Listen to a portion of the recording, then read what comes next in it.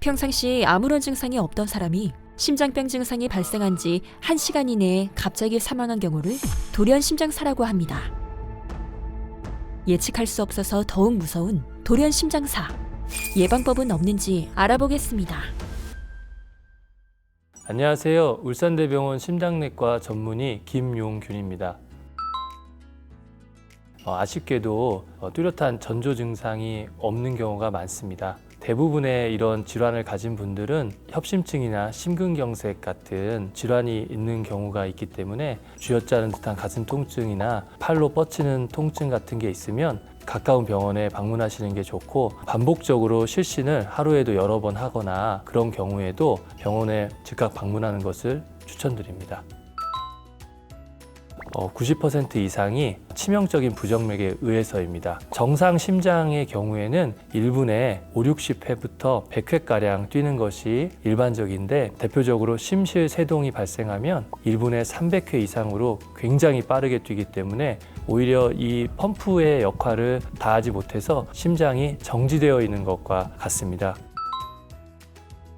이식형 제세동기라고 돌연 심장사의 위험성이 높은 환자들에게서는 제세동기를 몸에 삽입하는 이식형 제세동기라는 치료를 하게 됩니다.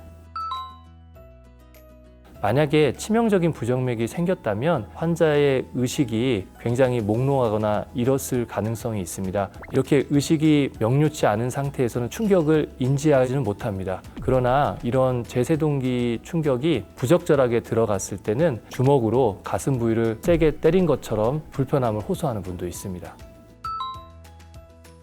한 번 발생한 정도면 다음 날 일반 업무 시간에 병원에 방문하시면 되고요. 두 차례 이상, 하루에도 수차례 이상 발생하면 즉시 바로 응급실로 내원하시는 게 가장 적절하다고 생각합니다. 유럽의 프로축구 선수 중에 한 분은 제세동기를 삽입 후에 프로축구 선수를 계속 하는 분도 계실 정도입니다. 하지만 제세동기를 삽입한 환자의 기저질환인 심장질환이 어떤지에 따라 운동의 강도는 달라질 수 있기 때문에 담당 의와 상의하는 것을 추천드립니다.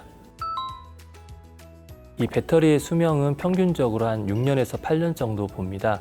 하지만 핸드폰을 많이 사용하면 배터리가 더 빨리 소모될 수 있듯이 전기 충격이 많이 가해지면 가해질수록 배터리 수명이 감소되는 것은 유의하셔야 될 것 같습니다.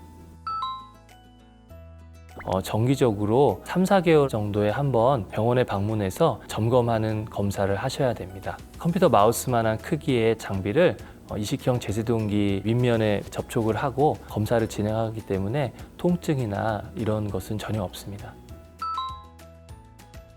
이런 경우에 우리가 할 수 있는 가장 중요한 것은 즉각적인 심폐소생술을 시행하는 것입니다. 심폐소생술은 누구나 시행할 수 있습니다. 내가 잘 못할까 이런 것을 두려워하기보다는 가능한 빨리 조속히 시행하는 것이 가장 중요하기 때문에 주저하지 말고 심폐소생술을 시행하는 것을 추천드립니다. 평평하고 단단한 바닥에 환자를 눕힙니다. 가슴뼈 아래쪽 2분의 1 지점에 손을 깍지 끼고 올려둡니다. 어깨와 팔꿈치가 수직이 되도록 해 환자의 가슴에서 5cm 깊이로 누릅니다. 이렇게 분당 100에서 120회 속도로 30회 반복합니다. 돌연 심장사의 경우는 치명적인 부정맥이 생겨서 발생하는 것이긴 하지만 협심증, 심근경색 같은 관상동맥의 질환이 있는 경우가 많습니다. 이런 관상동맥 질환을 적극적으로 치료하는 것이 중요하고, 또한 생활 습관으로는 금연을 하는 것이 매우 중요하다고 하겠습니다. 만약 가족 중에 젊은 나이에 급사의 병력이 있는 경우라면 유전성 질환으로 돌연 심장사가 발생할 수 있기 때문에 반드시 병원에 방문하여 검사를 시행하는 것을 추천드립니다.